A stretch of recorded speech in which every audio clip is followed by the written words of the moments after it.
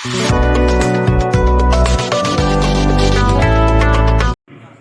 శిలీంధ్రాల వంటి ఎన్నో వ్యవసాయ ఉత్పత్తుల గురించి వివరించడానికి బయోఫ్యాక్టర్ వారి రైతు రథం వచ్చేసింది.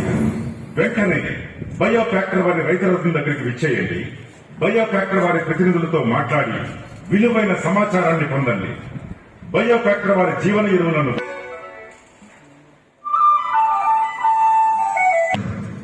అత్యాధునిక టెక్నాలజీ మరియు పేటెంట్ పొందిన విధానంతో రూపొందించిన ఎన్నో రకాల జీవన ఎరువులు, జీవ శిలీంధ్రాల వంటి ఎన్నో వ్యవసాయ ఉత్పత్తుల గురించి వివరించడానికి బయోఫ్యాక్టర్ వారి విలువైన సమాచారాన్ని పొందండి. బయోఫ్యాక్టర్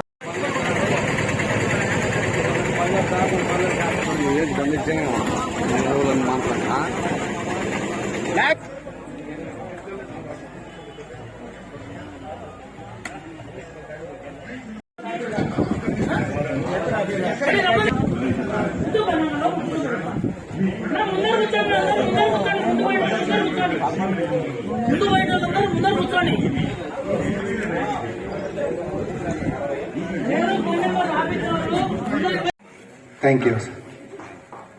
బుక్ అందించవలసిందిగా. Thank you for coming sir. Thank you sir. Thank you so much for coming sir. Mahalakshmi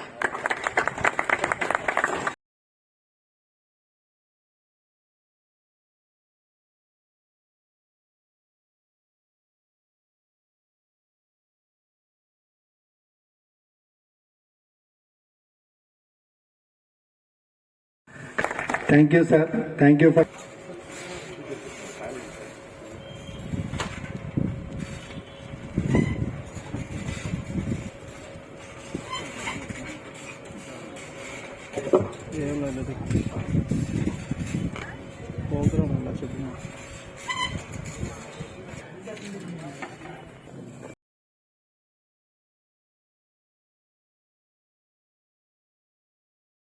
మనం బలంగా ఉంటే కుటుంబం, గ్రామం, దేశం బలంగా ఉంటుంది అన్న దృక్పథంతో మా కంపెనీలో ఏ ప్రొడక్ట్ తయారు చేసినా కూడా అది నేల తల్లి ఆరోగ్యాన్ని ఆకాంక్షిస్తూనే తయారు చేయడం జరిగింది సార్.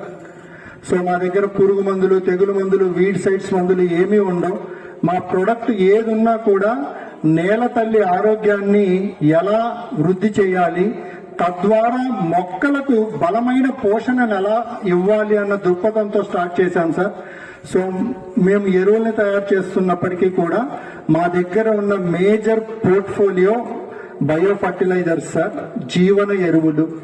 ఎందుకంటే ఇవి మాత్రమే మనకు అందరికీ తెలుసు, నేలలో సూక్ష్మజీవులు గనక వృద్ధిగా ఉంటే మనం మిగతావి ఏమీ వేయాల్సిన అవసరం లేదు. మొక్క అడిగినప్పుడు ఆ సూక్ష్మజీవులు ఆ పోషకాన్ని తెచ్చిస్తుంది. దాన్ని దృష్టిలో పెట్టుకొని స్పెషల్ గా మేము బయో ఫర్టిలైజర్స్ లో R&D డివిజన్ ని స్టార్ట్ చేసుకున్నాం సార్. సంవత్సరాల ప్రయాణంలో ఒక 8 పేటెంట్లు పొందగా స్ట్రెయిన్స్ డెవలప్ చేసుకున్నాం సార్. అదేవిధంగా మా ప్రొడక్ట్స్ అన్ని కూడా ఆర్గానిక్ సర్టిఫికేషన్ అయినవి. మాకు హైదరాబాద్ లో 2 మ్యానుఫ్యాక్చరింగ్ ప్లాంట్స్ ఉన్నాయి సార్. సో మేము చేసే ప్రతి ₹1 బిజినెస్ లో 60-70 పైసలు బిజినెస్ జీవన ఎరువులతోనే చేస్తూ ఉన్నాం సార్.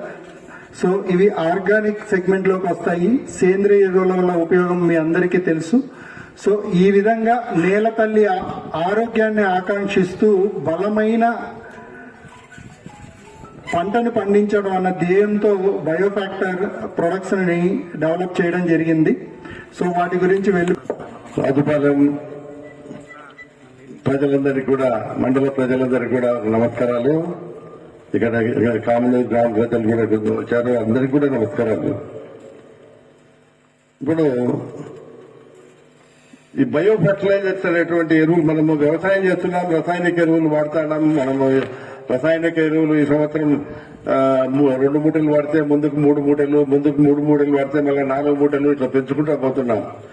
ఈ రసాయనిక ఎరువులు వాడిన దానివల్ల భూమి బాగా చౌడు పడుతుంది. భూమిలో కూడా మార్పు బాగా ఉపడుతుంది. పనికిరాని పొలంగా తయారైపోతుంది. అది బాగా మీరు గమనిస్తే మనకు అర్థమవుతుంది. తర్వాత నేను 3 సంవత్సరాల నుంచి బయో ఫర్టిలైజర్స్ వాడుతున్నాను నేను బాగా. మళ్ళీ ఇప్పుడు ఆ చౌడు భూమి నుంచి మంచి మెత్తటి భూమిగా తయారయ్యేటువంటి పరిస్థితికి వస్తా ఉంది.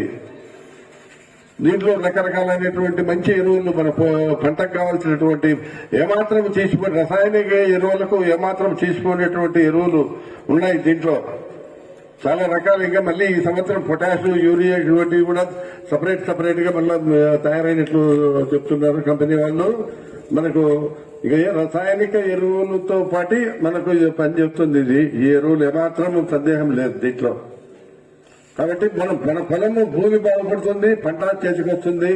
కాబట్టి రెండు రకాల మనకు లాభం ఉంది. కాబట్టి మన రైతాంగం అంతా కొంచెం దీనిపై కొంచెం ఆలోచన చేసి భూమి చెడిపోకుండా కాపాడుకోవడంతో పాటు ఈ మన జీవన ఎరువులు బయో ఫ్యాక్టరీ వారి జీవన ఎరువులు వాడి మన యొక్క భూమితో పాటు మనం కూడా కొంచెం అభివృద్ధి చెందాలనేటువంటి ఒక అభిప్రాయంతో మనమందరము దీన్ని ఈ యొక్క కంపెనీ ఎరువులను ఇదే కాదు వేరే కంపెనీలు కూడా ఉంటాయి దీంట్లో. అయితే నేను 3 సంవత్సరాల నుంచి బాగా వాడుతున్నా కాబట్టి బాగా పనిచేస్తున్నాయి అనేది మాత్రం ధైర్యంగా నేను మీకు మీ ముందు వచ్చి నేను చెప్పగలుగుతున్నా. కాబట్టి ముఖ్యంగా డిపార్ట్మెంట్ వాళ్ళు జనరల్ గా ఎలా ఉంటుందంటే ఏదన్నా ప్రైవేట్ కంపెనీ వాళ్ళు ఏదన్నా మార్కెటింగ్ చేయడానికి కానీ ఏదైనా ముందుకు వస్తారో మన దగ్గర వచ్చి అడిగినప్పుడు జనరల్ గా మేమేం చెప్తామంటే ఒక్క కంపెనీకి మేము ఎప్పుడు మార్కెటింగ్ చేయమన్నట్టు. కాకపోతే మనము చూస్తున్నామన్నమాట వ్యవసాయం ఎలా పద్ధతులు మారుతూ వస్తుందో దాని అనుగుణంగా మన భూమి గాని వాతావరణం గాని ఎలా కలుషితమవుతుందో అన్న ఉద్దేశంతో మనం చూస్తున్నాం సుస్థిర వ్యవసాయం చేయాలని. ఆ విధంగా చూసుకున్నప్పుడు బయోఫ్యాక్టర్ రాము కూడా వచ్చి మాకు అడగడం జరిగింది. సార్ మీరు ఇట్లా మేము ఒకటి రైతులతో ఇంటరాక్షన్ మీటింగ్ పెడుతున్నాము, మీరు తప్పక రావాల్సిందిగా అంటే మాకు మీటింగ్ ఉన్నా కానీ కమిషనరేట్ వెబెక్స్ ఉన్నా కానీ మా జ్యూరిస్డిక్షన్ కాకపోయినా కానీ రైతులంటే ప్రేమతో రాజుపాలెం కూడా రావడం జరిగింది. నన్ను ఆహ్వానించినందుకు నేను కృతజ్ఞతలు తెలుపుతున్నాను. చాలా సంతోషంగా ఉంది. ఇకపోతే మనం వ్యవసాయం గురించి మాట్లాడేటప్పుడు చాలా మీటింగ్లలో చాలా మాట్లాడతాం. వ్యవసాయం వ్యయంతో కూడినది, అందరికీ తెలిసిందే. అతివృష్టి, అనావృష్టి, వర్షాలు వచ్చినా తక్కువ వచ్చినా ఎక్కువ వచ్చినా చీడపీడలు వచ్చినా అన్ని దానిలోకి ఓర్చి కూర్చి చేసేవాడే రైతు. రైతు అన్ని చేతు వేళ్లు మలినమైతే గాని ఒక ముద్ద మనం నోట్లో పోదు.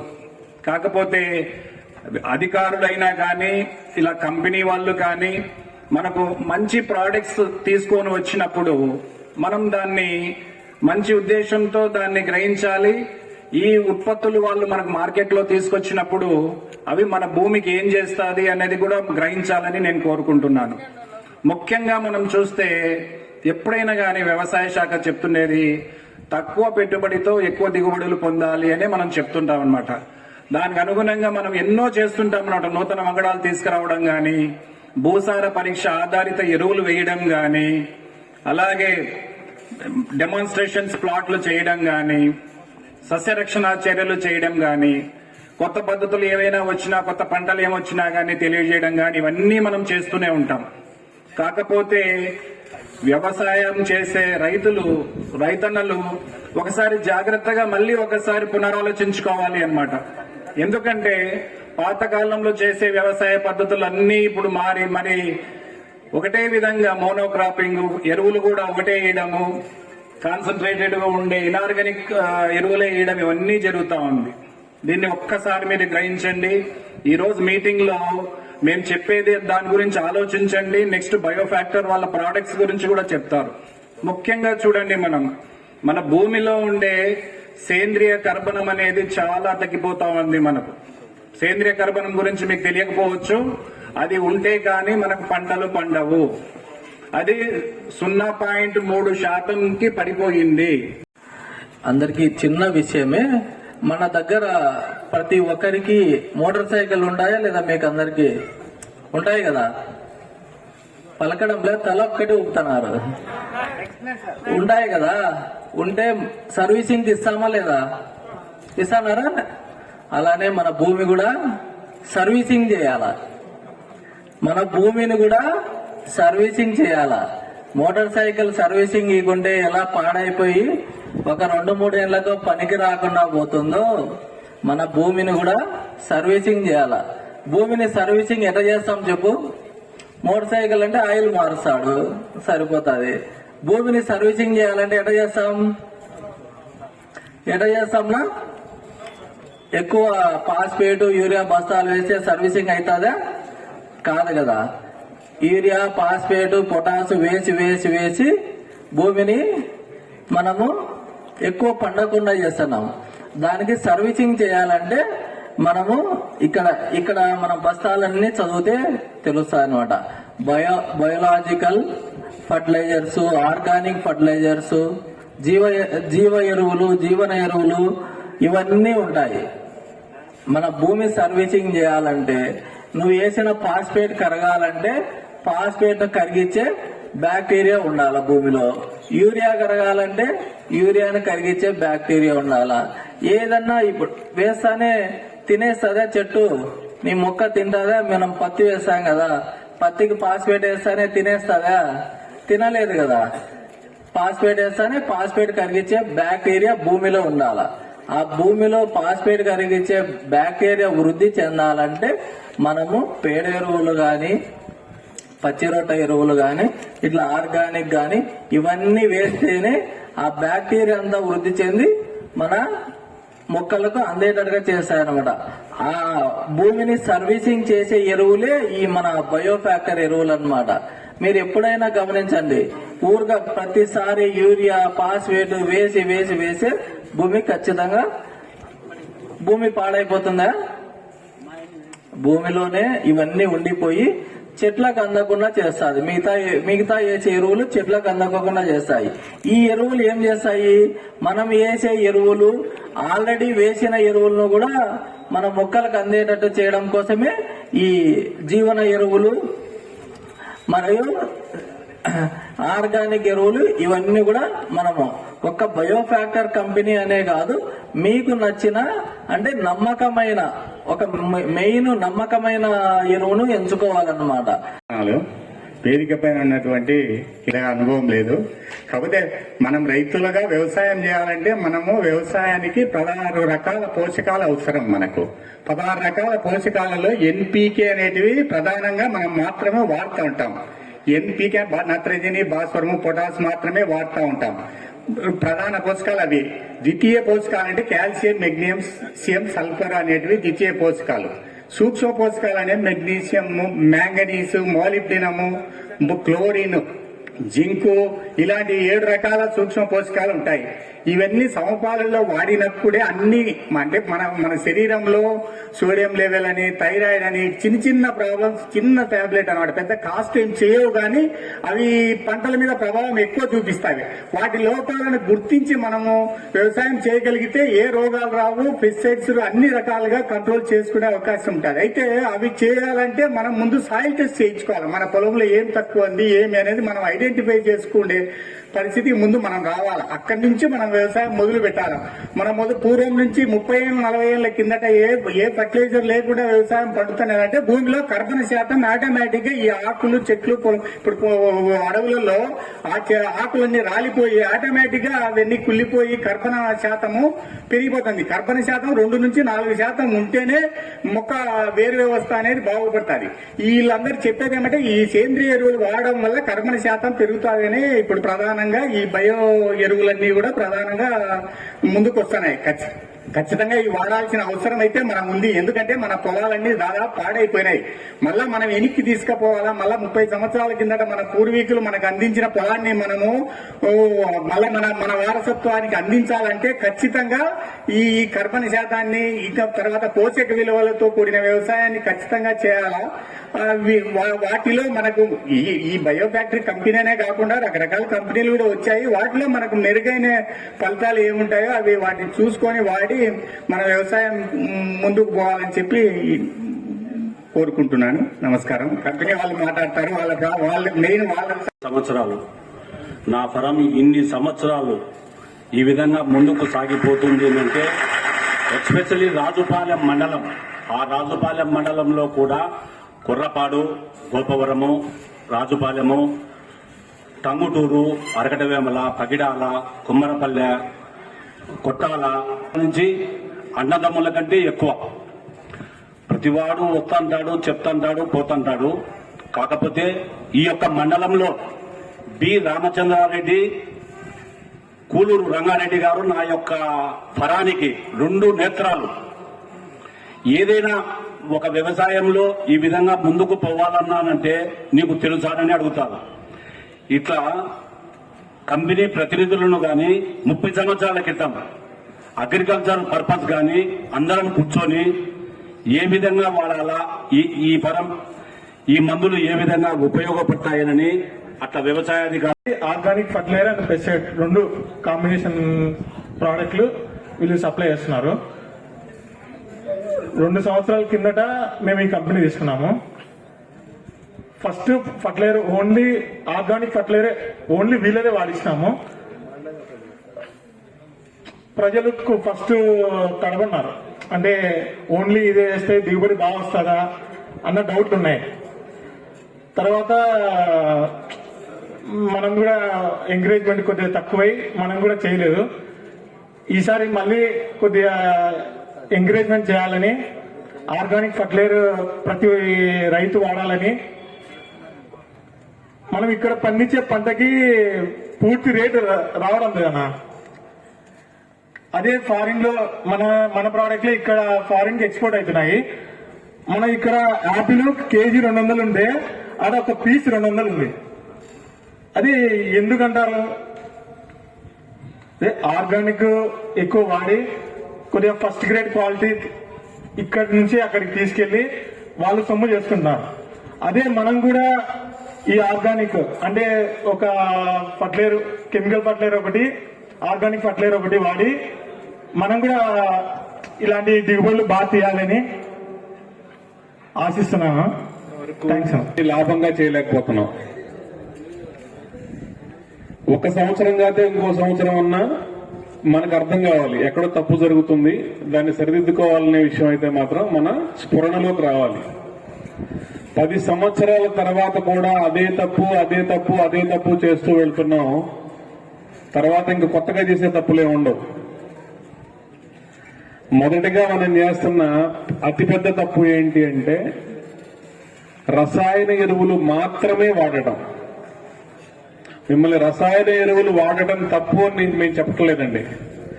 జీవన ఎరువులు మావి మాత్రమే వాడండి అని కూడా మేము చెప్పట్లేదు.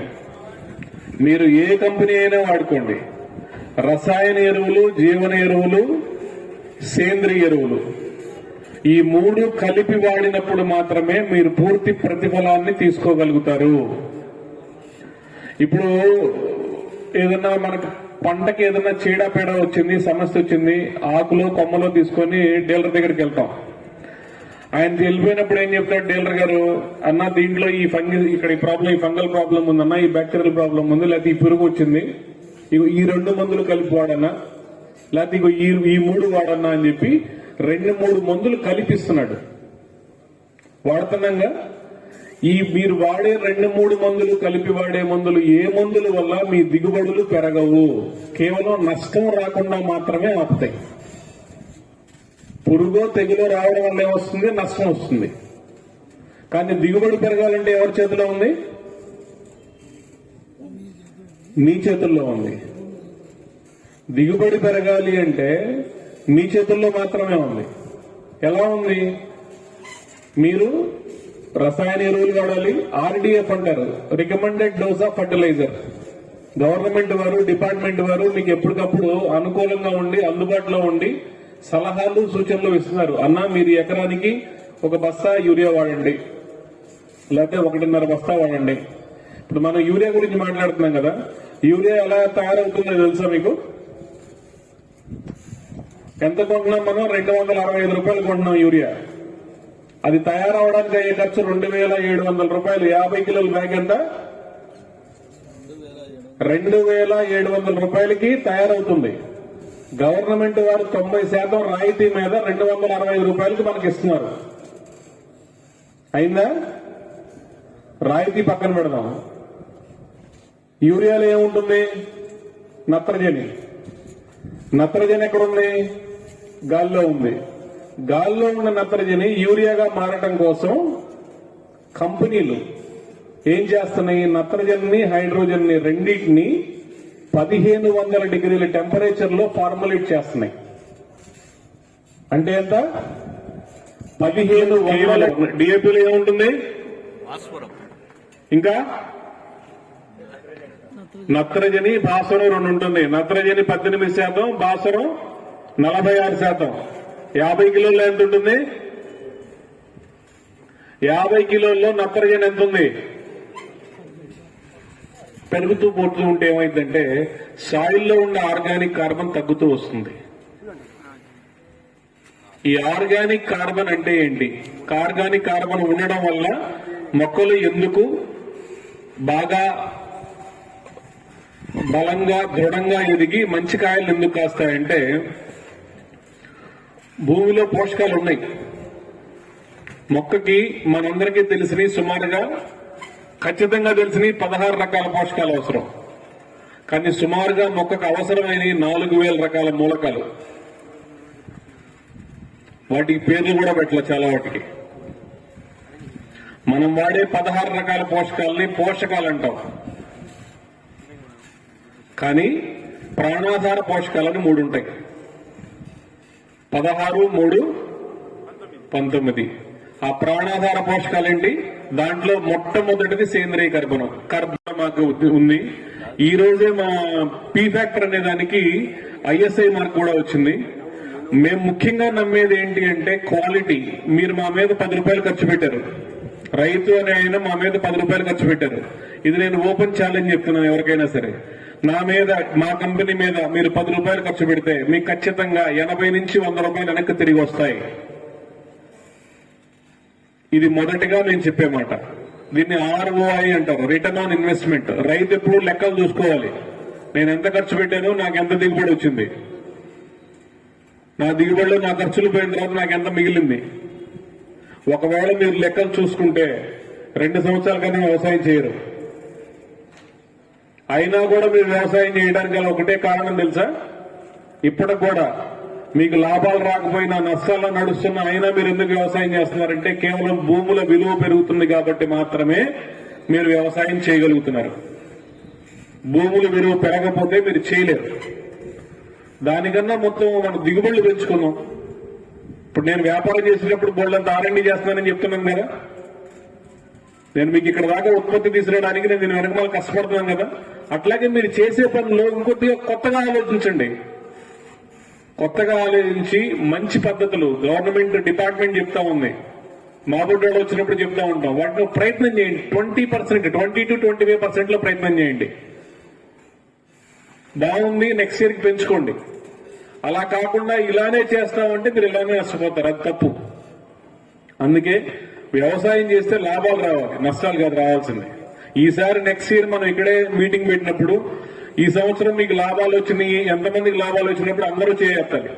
ఆ స్థితికి మనం ఎదుగుదాం. దీని మీద ఫర్దర్ గా ఇంకా మా ప్రొడక్ట్స్ గురించి మా ప్రవీణ్ గారు చెప్తారు. ఒక్క విలక్షణమైన ఇది ఏంటి అంటే జనరల్ గా జీవన ఎరువులు వేరే ఏ కంపెనీ వాళ్ళు కూడాను మీకు రసాయన ఎరువులతో కలిపి వాడుకునే సౌలభ్యం ఏ కంపెనీలో లేదు. కేవలం మా యొక్క బయోఫ్యాక్టర్ లో మాత్రమే మాకు అది పేటెంట్ ఉంది. మేము తయారు చేసే విధానాన్ని బయో ఎన్కాప్సులేషన్ విధానం అంటాం. సో మా ప్లస్ ఒక బస్తా ఇది, ఒక బస్తా ఇది, అట్లా డిఫరెన్స్ ఇట్లా ఇవి ఒక్కొక్క రకం ఒక్కొక్క ఎకరాకు ఒక్కొక్క రకం అట్లా వేస్తా వచ్చేదాన్ని. దాని డిఫరెన్స్ ఏంటి అని కనుక్కోవాలని చెప్పేసి ఆ విధంగా వేస్తా వచ్చినా. ఇప్పుడు శనగకు వచ్చేసి ఈ జీవం అని వేసినా, మినుముకు వేసినా, 1 ఎకరాకు మినుముకు 1 ఎకరాకు శనగకు 1 ఎకరాకు వరికి వేసినా. ఎట్లుంటాది అనేది దాని డిఫరెన్స్ చూస్తా వచ్చిన. భూమి నాదైతే సౌడు భూమి 1 ఎకరాన్నర, ఒక 10 కేజీలు అట్లా 3 సంవత్సరాలు వేస్తా వచ్చాక సౌడు పోయి మంచి భూమి తయారైంది నాది. ఇప్పుడు దిగుబడి బ్రహ్మాండంగా వస్తుంది నా భూమిలో. నేను 3 సంవత్సరాలకి ప్రతి ఒక్క సంవత్సరం అన్ని ఇప్పుడు మామూలుగా 50% మారినా, 50% ఇదే వేస్తా వచ్చినాయి ఆల్రెడీ. ఓకే, అట్లా మన ఎంపీ రావిరెడ్డి గారికి నాకు బలవంతంగా ఇచ్చి వేయించామన్నమాట. ఆ రోజు కొట్లాడినాం ఈ ఎరువులో ఏముంది ఏం కాదని. అయినా బలవంతంగా వేసి ఏర్లు కూడా పీకి చూపించాడు, 10 మందికి చూపించాడు. ఏర్లు కూడా బాగా వచ్చినాయి సుంకా వేసిన దానివల్ల. అట్లా బయో ఫ్యాక్టరీలో ఒకటి న్యూట్రిటన్ ప్లస్ ఎరిడిక్స్ అన్ని 2 కలిపి ఉన్నాయి అన్నమాట. ఎలాంటి వైరస్ వచ్చినా కూడా దాంట్లో ఇబ్బంది లేదు. ఆ మందు 2-3 సార్లు స్ప్రే చేస్తే బాగుంటుంది. అంటే రాకముందే కొట్టుకోవాలా. తీవ్రంగా అంతా వచ్చినాక అంతా స్ప్రెడ్ అయినాక దాన్ని ఏం చేయలేం. అట్లే మా మాజీ ఎంపీ గారు పుత్తూరు మన కాంబర్ విలేజ్ లో అందరూ మడిస్తున్నాడు. అందరూ వాడేది బయో ఫ్యాక్టరీ వాళ్ళే. ఆ క్వాలిటీ కూడా మీరు కూడా చూసింటారు. నీళ్ళలో 90% కొని తినేంటారు కూడా. ఆ క్వాలిటీ కానీ ఆ రుచి కానీ చాలా తేడా ఉంటుంది. ఆ కలర్ కానీ అది 5-6 రోజులు అది నిలబడి ఉంటుంది అన్నమాట. ఫ్రిడ్జ్ లో కూడా అవసరం లేదు. బయట పెట్టిన కూడా 4 రోజులు క్వాలిటీ ఉంటుంది. బయట మన మార్కెట్ లో తెచ్చే అంజూరా అయితే ఈ రోజు వాడితేనే రేపు వాడితే అసలు పనికి రాదన్నమాట. అంత క్వాలిటీ ఉంటుంది. ఆ క్వాలిటీ కావాలంటే ఆయన దగ్గర కొన్ని చెక్ చేసుకోవచ్చు మీరు. అది ఛాలెంజ్. హార్టికల్చర్ లో పిహెచ్డీ చేశాను. ఒక 10 సంవత్సరాలు కేవీకే ఆంధ్ర వలస డాక్టర్ చిన్నంనాయుడు గారి దగ్గర మన రిటైర్డ్ అయిన అడిషనల్ డైరెక్టర్ మేడం రిటైర్డ్ అయ్యారు కదండి. ఆ మేడం గారు అక్కడ ఆత్మ డైరెక్టర్ గారు ఉన్నప్పుడు కూడా ప్రమీలా మేడం గారు నాకు బాగా పరిచయం. సో హార్టికల్చర్ ఆ 3 డిస్ట్రిక్ట్స్ లో నార్త్ కోస్టల్ లో ఏదన్నా కూడా కోఆర్డినేట్ చేసేవాడిని సార్ నేను. సో 10 సంవత్సరాలుగా కేవీకేలో నేను శాస్త్రవేత్తగా పనిచేశాను. ఆ తర్వాత బయోఫ్యాక్టర్ వెళ్తున్నటువంటి ఆ వే నాకు చాలా ఇన్స్పైరింగ్ గా అనిపించి నేను బయోఫ్యాక్టర్ లో గత 1 year నుంచి కలిసి నడవడం జరుగుతుంది. ప్రజెంట్ బయోఫ్యాక్టర్ లో చీఫ్ ఆపరేటింగ్ ఆఫీసర్ గా వర్క్ చేస్తున్నాను సార్ నేను. సో అయితే రాఘవరెడ్డి గారు చౌడు తగ్గుద్ది అని చెప్పారు. తర్వాత వినయ్ కుమార్ రెడ్డి గారు వేర్లు చాలా బాగా వచ్చాయని చెప్పారు. తర్వాత అంజీరా పండుగ వేస్తే నాణ్యత బాగా పెరిగింది అని చెప్తున్నారు కదా. ఏం మ్యాజిక్ ఉంటుందండి? ఏదైనా తన పని తను చేస్తుంది అంతే కదా. మొక్క వేస్తే బాగా వేర్లు రావడం అన్నది తన పని తను చేయడం. పంట బాగా పండితే నాణ్యత బాగా రావడం అన్నది తను చేయగలిగే పని. ఎప్పుడు ఒక పనిని అది సవ్యంగా చేయగలదు. ఎప్పుడు ఒక పనిని అది సవ్యంగా చేయగలదు. ఒక మొక్క మనం ఒకళ్ళకు ఒక పని ఇచ్చాం అనుకోండి సార్. మనం షాప్లో కుర్రని పెట్టుకున్నాం, లేకపోతే ఒక డాక్టర్ దగ్గరికి వెళ్ళాం. మంచి డాక్టర్ దగ్గరికి వెళ్తే 90% మన క్యూర్ అయిపోయినట్లేనా? చెయ్యగలిగింది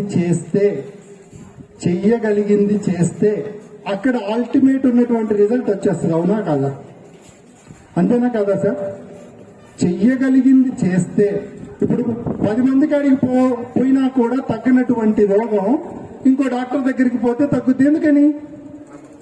ఎందుకని చెప్పండి ఒకసారి. ఆయన చెయ్యవలసిన మెడిసిన్ ఇచ్చాడు, ఇవ్వవలసిన మెడిసిన్ ఇచ్చాడు. సో ఈరోజు చౌడు తగ్గుతుంది, నాణ్యత పెరుగుతుంది, నేల మెత్తపడుతుంది. ఎందుకు? ఆ ఎరువు తను చెయ్యవలసిన పనిని చేస్తుంది కాబట్టి జరుగుతుంది తప్పితే మ్యాజిక్ ఏం లేదు అక్కడ. తను చెయ్యవలసిన పనిని తను చేస్తుంది. సో ఇప్పుడు చాలా పెద్ద రైతులు ఉన్నారు సార్. చాలా ఆనందంగా ఉంది. మీరు గత 30-40 సంవత్సరాల నుంచి కూడా 50 నుంచి 65-70 ఏళ్ల వయసు ఉన్న వాళ్ళు ఉన్నారు.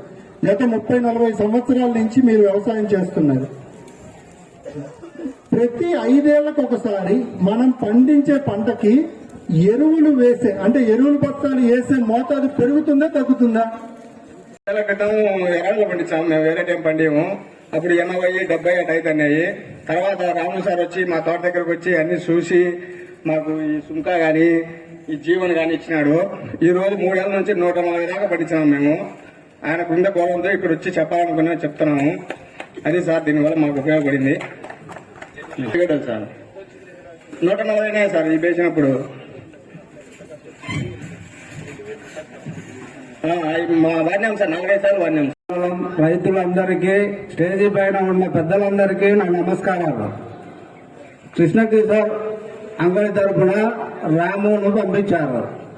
రాము గారు బయో ఫ్యాక్టర్ ప్రమోటు సుంక పత్తికి శనగకు రెండిటకు వాడినాము.